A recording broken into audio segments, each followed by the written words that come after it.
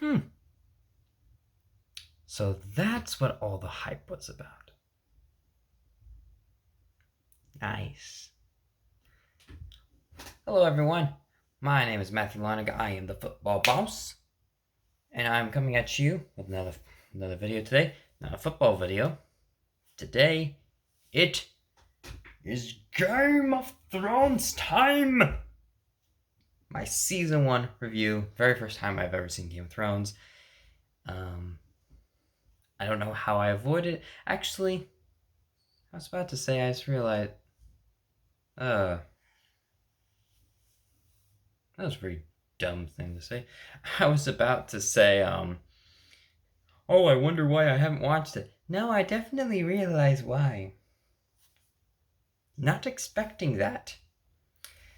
So, just to get on into it though, I enjoyed it. I really enjoyed the very first season. Really looking forward to season 2 though. I will say I don't think overall this is going to be my favorite season though. I do feel like it can get better as it goes along, which that definitely makes me happy though. It definitely makes me very excited for some of the stuff coming up though. And this will be a spoiler review. I'll definitely talk some spoilers. So if you haven't seen it, click out immediately. So yeah, kind of right off the bat, I really felt like they really kind of like dived into like the characters, um, like kind of like the like, point of view, the rivalries though, and so therefore I felt like the story got off to a bit of a confusing start though. But once it started to like make sense though, I really got into it. I really got interested in it though. I thought there were some really good mysteries in it though. I mean, of course, like Jon Arryn, the Hand of the King. Was he the Hand of the King? Yeah, I think he was though. You know, they say that he got murdered though. I don't believe they said who actually murdered him, but yeah, there's that. And then of course there's the actual mystery about Bran, Ned Stark, one of Ned Stark's younger sons, so gets pushed off, get, gets pushed out of a building by his rival, Jaime Lannister, and so of course the audience knows that, but no one else does. And then of course when Catelyn starts to realize, oh, he got pushed, someone tried to murder my son. It's like, oh boy, it's like things aren't gonna go well when they find out who it is. I also felt like there was a ton of foreshadowing throughout, though, definitely setting up a lot of things. Of course, you have the moment with they keep saying something about like the White Walkers, like I think like three characters were like murdered within like the first like 5 minutes by I'm not entirely sure what they are. I'm assuming they're White Walkers. Of course, that deserter that came back, he said they were White Walkers. Though there was also someone that came into like I think like I want to say it was Jon Snow's like house. I don't know. It was like a house around like Winterfell, and it, yeah, like he got attacked and he even like stabbed it, and that didn't work. So that but they never. I don't think they ever said like what that was. So I want to say they're gonna get into more of that in season 2, but I'm not sure. They also keep saying something about like Jon Snow's mother, which I also think that's a bit like foreshadowing, though. Another foreshadowing was the three-eyed raven that Bran keeps seeing in his dream. No idea what that is though. So so yeah, there I felt like there was definitely a lot of foreshadowing in this season though, and and and yeah, there was definitely there was definitely a lot I really liked about the season though. Um, for example, I felt like this show was actually quite funny, though. There were definitely a couple moments I can think of that definitely made me laugh and definitely made me smile. Though, and this is definitely not like a funny show at all. This is definitely not like a comedy show. It's definitely not like a Marvel show where I feel like Marvel will throw in jokes quite a bit since they're technically bought by Disney. I don't have a huge problem with that though because I do like a good laugh though. But yeah, I felt like there were like funny moments like at the right times though, where it's just like someone would actually do that though. Like, for example, like when Tyrion is getting brought in before Catelyn's sister, and she's just like accusing him of just everything, and then she's like, "Oh, you killed my husband." And he's like, "Oh, did I kill her too? I've been a very busy man." I just that's how we got a nice little smile on my face. Not another moment I can think of is when Sam comes around, which I like the little, I guess we could call it a character arc, a nice little character arc with him, where of course he comes in just as the coward, just doesn't really know, and then when Jon Snow is ready to leave, um, Sam is willing to stand up to him, and he's just like, oh, he's like, oh, I'm not gonna let you. He's just like, I'm not gonna let you leave, and even though Sam is no match for Jon Snow, um,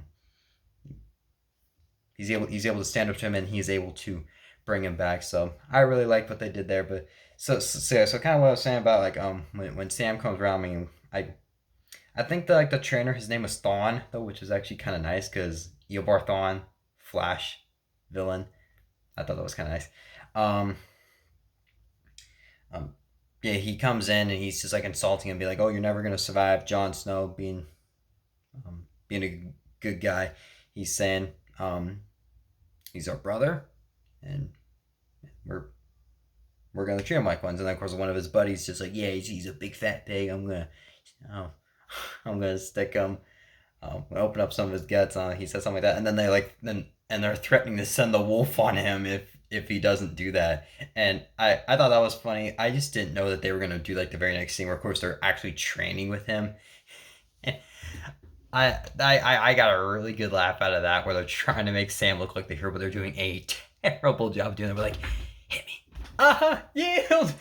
I thought that was just absolutely hilarious though, and then of course Dawn just not buying it at all. Just, I I thought that was really really good, and yeah, and I also kind of liked how Daenerys like grows with I don't know what his people's names are. Drogo's character, which Drogo played by Jason Momoa. I didn't realize that he was in this, so that was a nice little touch.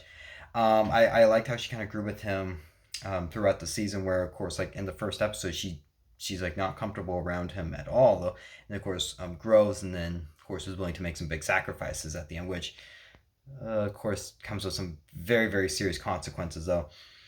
And and so I would say, and so for my favorite least favorite characters, my two favorite characters, I would definitely say I actually shout out to Jon Snow. I do like Jon Snow.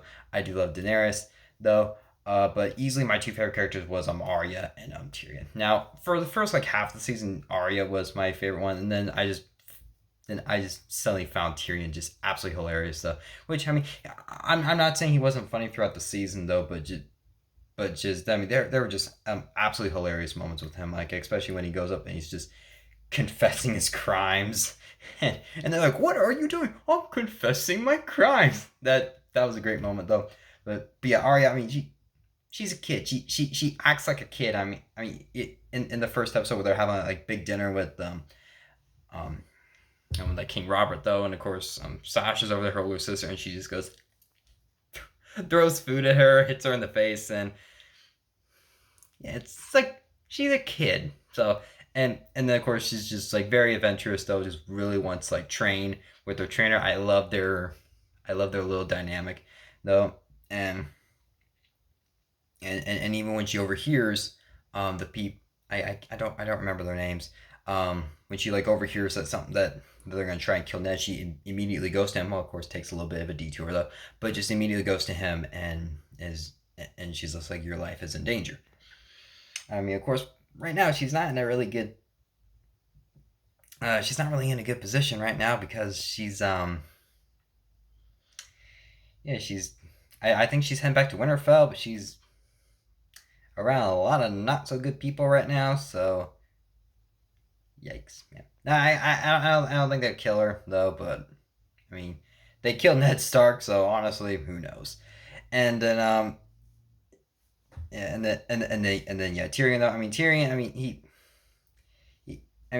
he's funny. Um, he's lazy. He likes to drink. Likes women. Probably a little too much though, but he's not stupid. He's not stupid.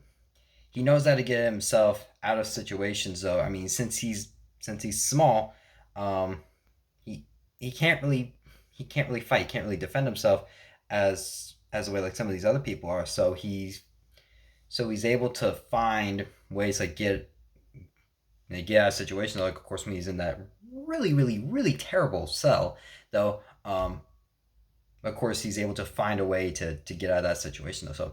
I so and then also he slapped Joffrey, and that near the end of the season that definitely put a smile on my face though. And and then yeah, for like two other characters, I think his name was like Verces though, like Daenerys' brother. He's a dick. His death was very satisfying though, especially when he threatened her baby. I was like, oh man, this ain't gonna go well. And then she like agrees. She's like, oh yeah, we'll give you a crown. I'm like, you're gonna die. And yeah, I would say that was definitely one of my favorite moments this season, which is definitely does make me feel like a good person though. But I feel like some people will definitely agree with that. Anyone threatens a kid, like how dare you? And then I think his name was Peter though. It's spelled different, Petyr. He's got the mustache though. Yeah, he's definitely not trustworthy though. I I wasn't trusting him at all. But I will say I kind of like him though. He kind of like has the mystery around him, where of course he seems like a good guy, though. But it's just like I don't like your smile.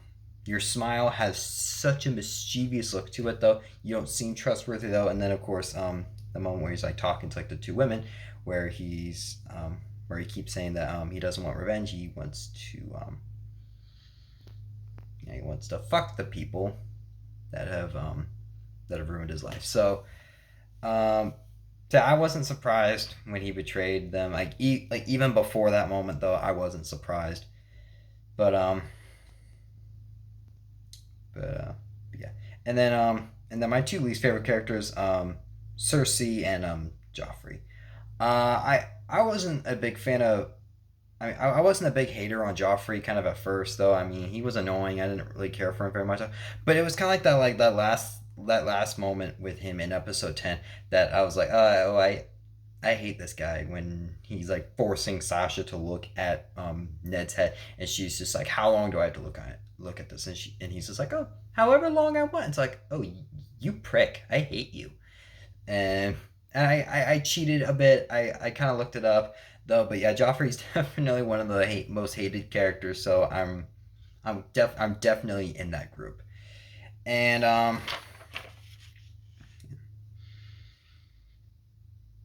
and so and then that, which also kind of leads to like the end of the season with just as I was gonna talk a little more about Daenerys. So uh she make she makes a really big mistake at the end, and for like the finale, it's a bit of a weird finale because they end some stories while like starting new ones. So because like Game of Thrones season one, like this is season one out of eight. So it's not like you're just gonna like end the story though. They end some stories though, but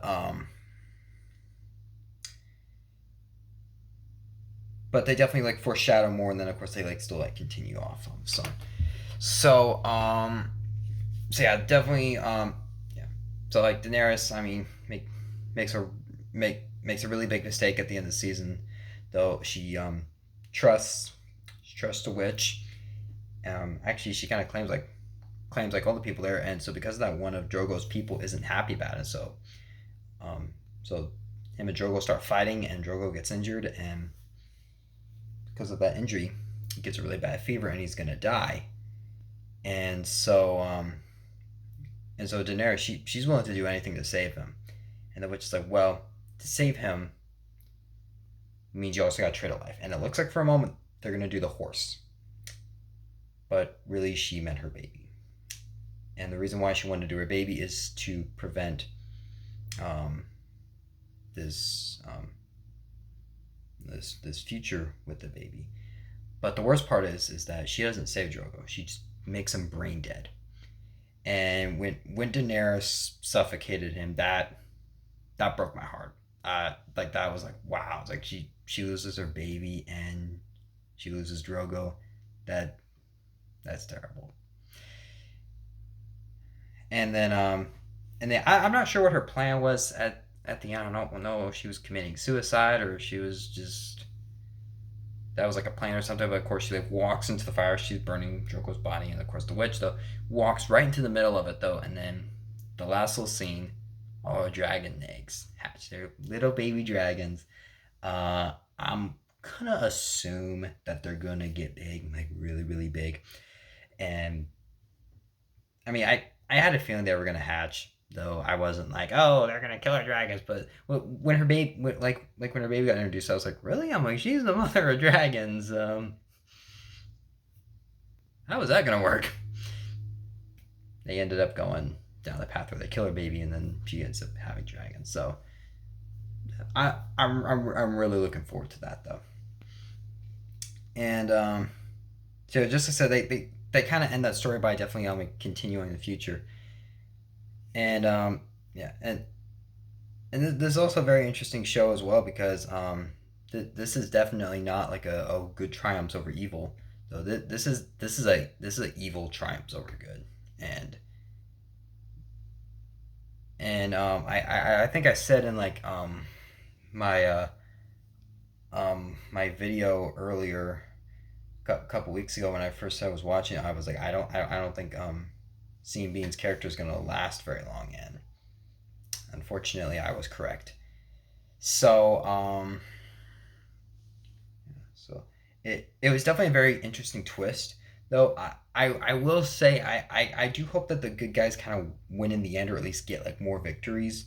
Though I mean of course we're a long ways away from season 8 though, but I definitely don't really want season 8 to end and it's like, oh, evil triumphs, all the good guys are dead.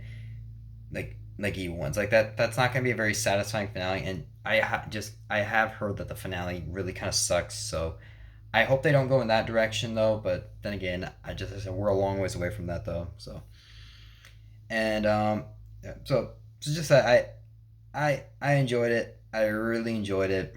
But there were a couple things I didn't really like very much. So for one, I do think that there were kind of way too many characters and kind of way too many plot lines introduced early on though. Now now here's the thing: if this was like season 4 or 5 of Game of Thrones, I would say, oh my god, I don't have a problem with this though. But I mean, but you could like show me a picture of like Emilia Clarke character, and I'd be like, oh, I'm like that's Daenerys. I'm like that's Daenerys. Um, Seeing Beans. I'm like, oh, that's Ned Stark. You could show me most of those characters out, and I would know their names. But like the bald guy, like I know that was like what, always with Peter. I don't think I can know. I don't think I would remember his name. Like I really don't. And I even had to like watch a recap of season 1 to like kind of like understand, and there was still a lot of things that I either just forgot about or I was like, oh, okay, I didn't really understand the scene very much. And then this is kind of like a more like this is kind of like more my opinion kind of thing. Obviously, this whole video is my opinion, but I think I think there was definitely way too much blood and way too much naked people. Now, this is probably me just being a wimp, and you're probably correct. But but I felt like they just would like pause on moments, especially like during like the jousting scene where the guy gets like the stake like in his neck. Though like they linger on that for such a long time, and I just felt like it was just a little unnecessary. And then even like the moment where, just as I said, way too many characters, some I don't even know their names. So, like, yeah, like you have the two guys though when they're like shaving their armpits though, and of course like the one guy's like, oh, I don't like blood, and he cuts himself, and he's like, look, he's like, oh, blood, it's not that bad though. That I don't need to see two. I just don't need to see two grown men shave their armpits. And then yeah, for naked people, I've never really seen like nudity like this ever, and I felt like some of it was a bit disturbing. I'm not saying that I didn't say I'm not. I'm not saying I'm not gonna watch the other seasons. I'm looking forward to them. I'm really excited for it. But I felt like they really just forced all the nudity they could, and that to me was very distracting. And especially I think like episode 7 when which I mean it was important though where where of course Peter's like telling like his point of view, though you have like the two women having sex in the corner, and I'm like, I don't need to see this, and and uh, I'm just like I just don't need to see that, like like like I don't need to see Jason Momoa rape Emilia Clarke. I don't need to see that.